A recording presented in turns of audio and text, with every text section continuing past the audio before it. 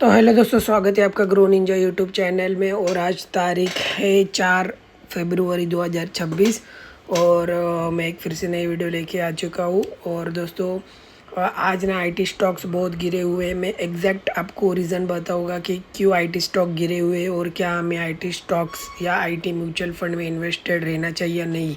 और मैं as a software developer काम कर रहा हूँ 5 सालों से, तो मैं अपना मतलब एक्सपीरियंस और मेरी क्या राय है आईटी स्टॉक में वो भी मैं शेयर करूँगा। तो फटाफट से पहले मैं आपको पोर्टफोलियो दिखा देता हूँ। आज मार्केट निफ्टी 50 का दिखा देता हूँ। पहले तो मतलब थोड़ा नेगेटिव से स्टार्ट हुआ था, फिर पॉजिटिव गया, फिर नेगेटिव, फिर नेगेटिव, फिर पॉजिटिव, फिर नेगेटिव और आखिरकार पॉजिटिव में ही क्लोज़ हुआ है। मतलब ज़्यादा तो मार्केट अप नहीं गया क्योंकि कल मार्केट ने अच्छे खासा अपने को रिटर्न्स दे दिए थे, इसलिए आज अच्छा खासा मुनाफा नहीं हुआ। बट ठीक है, बहुत ही अच्छा ही हुआ है। अगर आप देखोगे तो सारे मतलब निफ्टी मिड कैप भी 4.8%, निफ्टी बैंक 32%, निफ्टी 50 19, फिर स्मॉल कैप भी 1.27, मेटल भी 1.27 और निफ्टी आई50 लगभग पहले तो 6 to 7% डाउन था, अभी 5% है। इसका एग्जैक्ट रीज़न मैं आपको बताऊंगा।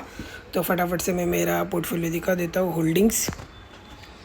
तो ये देखो दोस्तों, आज आपको जैसे कि पता है मैंने बहुत सारे ना मतलब लोटो आया देता हूँ पहला वनडे का, बहुत सारे आईटी के शेयर लिए थे क्योंकि एज आईटी में मैं बहुत साल से काम कर रहा हूँ, तो मुझे पता है आईटी में बहुत सारा पोटेंशियल है। तो ये देखो TCS, HCL, tech Mahindra, Wipro लगभग सब 7 से 3% सब डाउन है।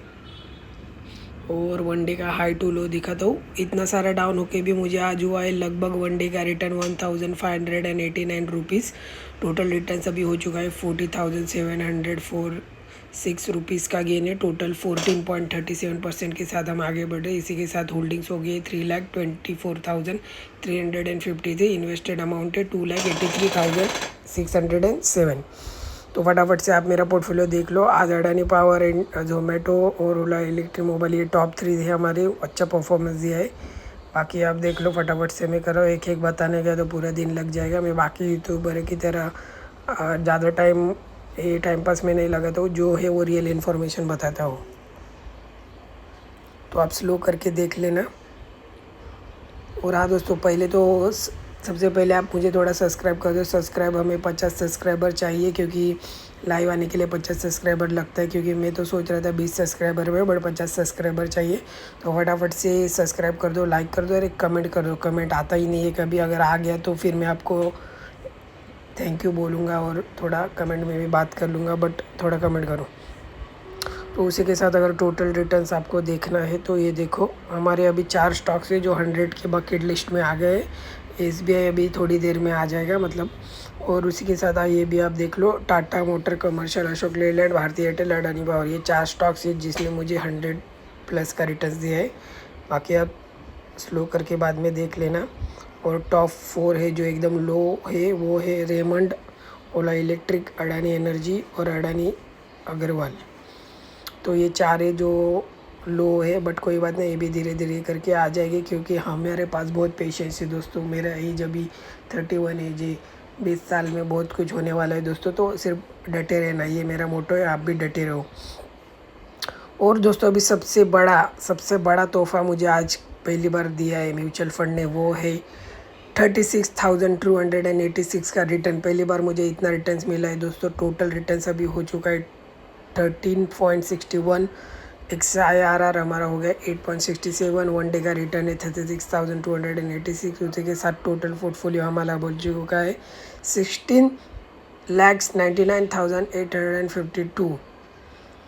कल हमारा 17 लाख कंप्लीट हो जाएगा। उसी के साथ रोड टू 1 करोड़ जर्नी बहुत ही जल्द हमारे पास आने वाली है दोस्तों। बहुत ही जल्द नहीं, बहुत ही टाइम लगेगा, बट कोई बात नहीं, धीरे धीरे धीरे धीरे धीरे धीरे धीरे धीरे करके हम जाएंगे क्योंकि slow and steady win the race. दोस्तों हमेशा याद रखना, स्लो एंड स्टडी खेलना है हमें, ज़्यादा हमें लालच नहीं करना है। धीरे धीरे हर महीना थोड़ा थोड़ा इन्वेस्ट करना रहना है और कंपाउंडिंग का बेनिफिट लेना है। ये देखो मेरा वनडे का रिटर्न्स आपको दिखाता हूँ। मोतीलाल ओसवाल लार्ज और मिड, कभी कभी तो लगता है ये मुझे पूरा स्मॉल कैप में डालते हैं। देखो ना, इतना रिटर्न्स कौन देता है भाई लार्ज और मिड में।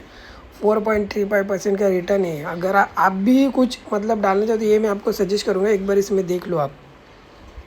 मैं पहले बोल देता हूँ मैं फाइनेंशियल एडवाइज़र नहीं हूँ, मैं आपके जैसा साधारण मनुष्य हूँ जो मेरा नॉलेज शेयर करता हूँ, बट आप अपने फाइनेंशियल एडवाइज़र से पूछ के ले सकते हो। फिर ये देखो बंधन स्मॉल कैप ने भी अच्छा दिया, इन्वेस्को, क्वांट, मतलब लगभग सारे स्मॉल कैप ने कल 2 या 3% के ऊपर ही अपने को रिटर्न्स दिया है, कोई भी नेगेटिव में नहीं था। इन शॉर्ट ये मेरा आदित्य बिरला जो इमरजेंसी फंड है इसने भी 0.12% दिया। डेप में डाल रहे फिर भी कभी कभी पता नहीं चलता डेप में डाल रहे कि इक्विटी में डाल रहा है, हाइब्रिड भी नहीं है तो उसमें सीधा सीधा डेप फंड है। फिर भी कोई बात नहीं, बहुत ही अच्छा ग्रोथ मिला, उसी के साथ टोटल पोर्टफोलियो अच्छा हो गया अपना। तो आप अभी हम बात करेंगे कि आईटी स्टॉक क्यों गिरा है इतना, तो मैं फटाफट से आईटी स्टॉक दिखा देता हूँ अपना। ये देखो आईटी मेरा स्टॉक नहीं है, मतलब ये निफ्टी 50 आईटी का मार्केट है। कल मैं आपको दिखाऊंगा मेरा एक म्यूचुअल फंड भी आईटी का, उसमें कितना लॉस हुआ है। ये देखो दोस्तों, मतलब पूरा महीना बहुत अच्छा था, फिर धड़ाम करके नीचे। तो इसका एग्जैक्ट रीज़न है दोस्तों, ये देखो एक मतलब अमेरिका में ना एक कंपनी आई है और ऑर्थोपिक एंथ्रोपिक करके एक एआई टूल है। कंपनी ने एक एआई टूल लॉन्च किया है अमेरिका ने, एंथ्रोपिक करके। उसमें क्या बोल रहा है कि ये सेल्फ ऑफ की वजह से है, ग्लोबल सेल ऑफ हुआ है एआई की वजह से, क्योंकि ये जो टूल है ये क्या करते हैं अपने आप, मतलब जो भी जैसे हमारे बहुत सारे आईटी कंपनी में मैं एज आ आईटी हूँ, बट मैं डेवलपर हूँ, बट डेवलपर के अलावा भी बहुत सारे ऐसे लोग होते हैं जो फ्रेशर रहते हैं, जिनको नॉलेज, उनको क्या करते हैं सीधा सीधा एक मैनुअल वर्क में लगा देते हैं, जो रिपीटेड वर्क रहता है, जो करने को कंटाला आता है, तो वो क्या बोलते हैं फ्रेशर को तुम करो, और फ्रेशर लोग उधर ही रहते हैं, इसकी वजह से उनका सैलरी भी नहीं बढ़ता है। तो वो रिपीटेडली वो मैनुअल वर्क करता है। अभी वो ये कंपनी ने क्या किया है एंथ्रोपिक ने कि एक एआई टूल लॉन्च किया कि बहुत सारे मैनुअल वर्क जो करते थे अभी अपने जो फ्रेशर्स लोग या आईटी वाले लोग, वो खुद कर लेता है। तो इसके वजह से बहुत सारा मतलब पैनिक माहौल हो गया और मार्केट नीचे आ गया। बट दोस्तों मैं हमेशा बोलता हूँ ये पैनिक वाला सेलिंग है, तो डरने की बात नहीं, क्योंकि एज ए आईटी डेवलपर मुझे पता है जो काम ह्यूमन कर सकते हैं वो आईटी का जो ह्यूमन कर सकता है वो एआई नहीं कर सकता। ये मैं बोल रहा हूँ, ये आप मुझे ना 20 साल बाद भी ये मेरा स्टेटमेंट ले लो, ये मैं कायम रहूँगा। क्योंकि मतलब जो मैनुअल वर्क रहता है वो तो कर पाएगा, जो जैसे लॉजिक रहता है, लॉजिक बिल्डिंग जो जो एआई नहीं कर सकता, कर भी सकता है बट जैसा अपना क्लाइंट को चाहिए वो नहीं समझ सकता, इमोशन नहीं समझ सकता। और मैं खुद डेवलप करता हूँ, मुझे क्लाइंट में अच्छे से भी डेवलप कर दिया तो उसको 10 बार शिकायत रहती है तो 10 बार थोड़ी ना एआई शिकायत करके उसको बार बार बताएगा। मेरे 10 बार शिकायत बोलता हूँ, फिर मैं वो करता हूँ, अगली बार फिर आता है, फिर अगली बार आता है, फिर वो धीरे धीरे करके मैं उसको एग्जैक्ट उसके क्लाइंट के इमोशन समझता हूँ, वो मेरा इमोशन समझता है और फिर हम करते। बट एआई ऐसा नहीं कर सकता दोस्तों। एआई को मैं 10 बार भी बता दिया ना, वो कभी कभी वही सोल्यूशन देते, तो इसके लिए एआई घातक है। तो यही है दोस्तों, खासकर अमेरिका एआई स्टार्टअप ऑर्थोपिक एक नया एआई टूल लॉन्च करने के बाद टूल्स को देखकर निवेशकों की चिंता हुई। एआई पारंपरिक आईटी सर्विसेज और अकाउंटेबिलिटी कमज़ोर कर सकता है, जिससे आईटी कंपनी के फ्यूचर रेवेन्यू मॉडल पर दबाव पड़ेगा। और दबाव पड़ चुका है दोस्तों। कल भी मतलब जो अमेरिकन स्टॉक्स थे, माइक्रोसॉफ्ट और जो बड़े बड़े उन लोग के एप्पल या सॉफ्टवेयर रिलेटेड स्टॉक है, वो भी बहुत सारे गिर चुके थे दोस्तों, और आज हमारे ऊपर उसका प्रभाव गिरा है। और global technology sector sell off का प्रभाव, एआई फियर तो हमेशा चलेगा दोस्तों। एआई का बबल पता नहीं कभी ब्लास्ट हो गया नहीं, बट मैं पहले ही बोलता हूँ दोस्तों, as at IT developer 5 to 6 years का मुझे एक्सपीरियंस, और मुझे पता है कि एआई अपना जॉब पूरा नहीं खाएगा दोस्तों। तो अगर आप आईटी में जाना चाहते हो तो बेशक जाओ, बट आप ऐसा अगर आपको कोई कंपनी मैनुअल वर्क दे तो उनको सीधा सीधा बोलो नहीं, या फिर आप अपने खुद के स्किल के ऊपर काम करो। अलग अलग जो लैंग्वेजेस है वो सीखो, पाइथन सीखो, जावास्क्रिप्ट सीखो, नोड.जेएस सीखो, समझ रहे हो, जावा सीखो, कि जिसके वजह से उसके ऊपर बहुत सारे लेट कोड पे जाओ, प्रैक्टिस करो, कोड के ऊपर काम करो, अपना स्किल बढ़ाओ। तो आप अपने आप अच्छे स्किल बनोगे तो आपको कोई किसी का भी बाप नहीं निकल सकता दोस्तों, और आपको हमेशा अपॉर्चुनिटी मिलेगी।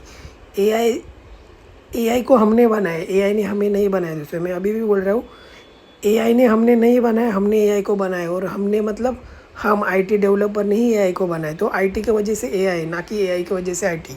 तो बस थोड़ी देर की पैनिक बात है, बट लॉन्ग टर्म में आईटी ऊपर ही जाने वाला है दोस्तों।